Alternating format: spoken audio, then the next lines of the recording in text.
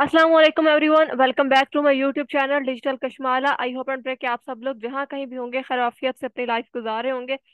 आज हम देखेंगे एक्सपेरिमेंटल साइकोलॉजी PSY 402 का lecture 23 and the lecture is sense of touch. Sense of touch को हम स्टडी करेंगे। बड़े इजी सा लेक्चर्स हैं। The sense of touch is also called cutaneous senses. जो सेंस ऑफ टच होती है, जो छूने की एक यार सेंस का मतलब मीनिंग निकल गया मेरे माइंड से कि उर्दू में क्या होता है। उसको क्यूटेनियस सेंसेस कहा जाता है। ठीक है, these are important for following reasons. Sense of touch gives us information about environment. Sense of touch हमें इन्वायरमेंट के बारे में, माहौल के बारे में इंफॉर्मेशन देती है। हम माहौल में डिफरेंट किस्म की इंफॉर्मेशन छू के देते हैं। ठीक है, the perceptions we experience through our skin are crucial for carrying out everyday activities, जिसमें protecting our selves from injury, हम खुद को इंजरी से बचाते हैं, या motivating sexual activities, providing and receiving comfort, maintaining temperature, इन तमाम चीज़ों में सेंस ऑफ टच जो है वो शामिल होती है। सेंस ऑफ टच से ही हम इन चीज़ों को एक्सपीरियंस कर पाते हैं। Somatosensory somato somato sensory somatosensory system में उन्होंने आगे तीन बताई हुई है। वही सबसे पहले हम तक क्यूटेनियस सेंसेस को देखेंगे, विच आर रिस्पॉन्सिबल, जो कि हमारी परसेप्शन के लिए रिस्पॉन्सिबल होती है, जिसमें टच आ जाता है, पेन आ जाता है, और ये डिफरेंट किस्म की स्किन की स्टिमुलेशन का कॉज बनती है। उसके बाद प्रोप्रियोसेप्शन एक एबिलिटी होती है जिसमें हमारी बॉडी एंड लिम्स की पोजीशन की सेंसेस आती हैं। ठीक है, और काइनेस्थेसिस एक जिसमें हमारी बॉडी एंड लिम्स की मूवमेंट की सेंसेस आती हैं। दीज परसेप्शंस क्रूशियल होती हैं हमारे सर्वाइवल के लिए और डिफरेंट किस्म की स्पीशीज के सर्वाइवल के लिए। जैसे अब उन्होंने पिक्चर में दिखाया है कि एक बेबी है, उसको आप कंफर्ट जोन देते हैं, अपनी फिंगर उसको होल्ड करवा के। ठीक है, वो क्या, अब उसको जो एक कंफर्ट फील हो रहा है आपकी फिंगर को पकड़ के, तो वो कंफर्ट किस तरह आ रहा है? जस्ट एबिलिटी तो टच की है। ठीक है, सेंसेस ऑफ टच यूज हो रही है। और फिर साथ दूसरी पिक्चर में दिखाया हुआ है कि कोई भी बारीक सा तिनका लेके अगर आप उस बच्चे को उसके लगाते हो, तो वो उसे गुदगुदी फील होती है। ठीक है, तो वो भी एक, ये भी एक सेंस ऑफ टच है जिससे आपको इस तरह की फीलिंग्स आती हैं। या अगर इंजेक्शन लगता है तो आपको पेन की फीलिंग्स आती हैं।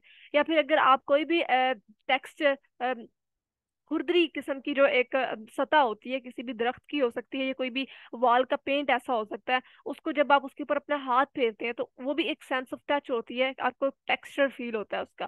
फिर टेम्परेचर, अगर आप कोई टी का कप, कॉफी कप हैंड में पकड़ते हैं, होल्ड करते हैं, तो आप देखते हैं जैसे इसने पकड़ा हुआ है पिक्चर में, कि इस तरह हमें गर्म फील होता है, तो हम फौरन उसे साइड से पकड़ लेते हैं जो उसकी पकड़ने की जगह होती है। ठीक है,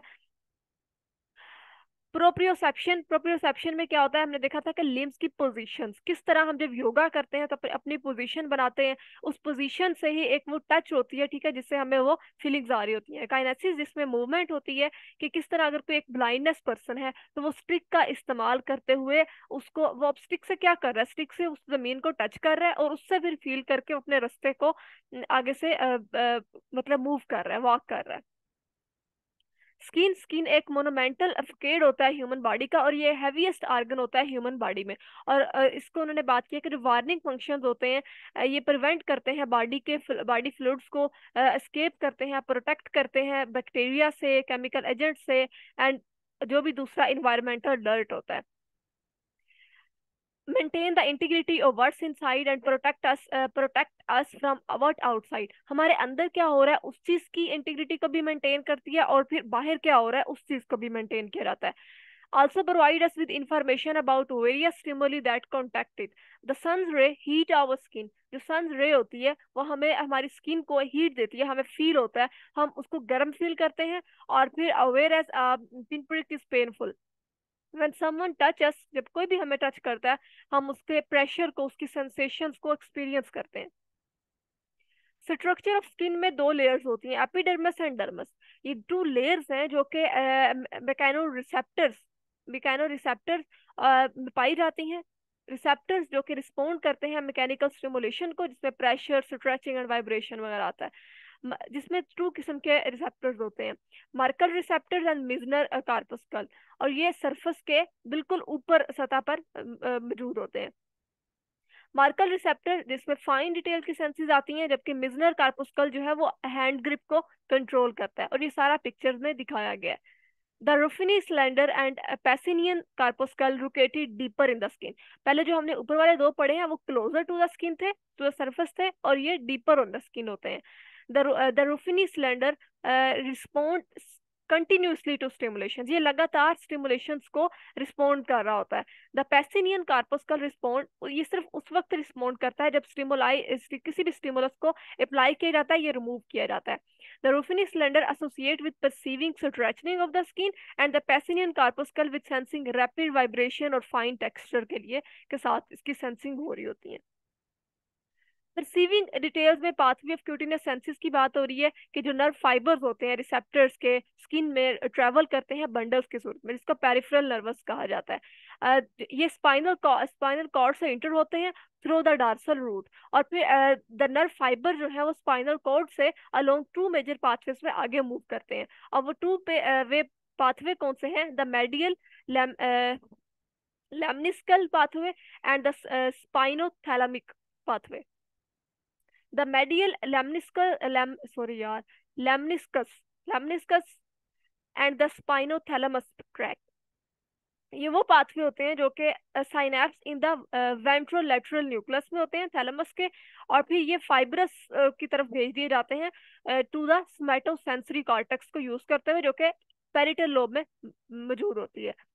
लेमनिस्कल पाथवे, इसकी लार्ज फाइबर्स होती हैं जो सिग्नल्स को कैरी करती हैं, जो भी सिग्नल्स लिम्स की पोजीशंस को सेंस कर रहे होते हैं उससे रिलेटेड होते हैं।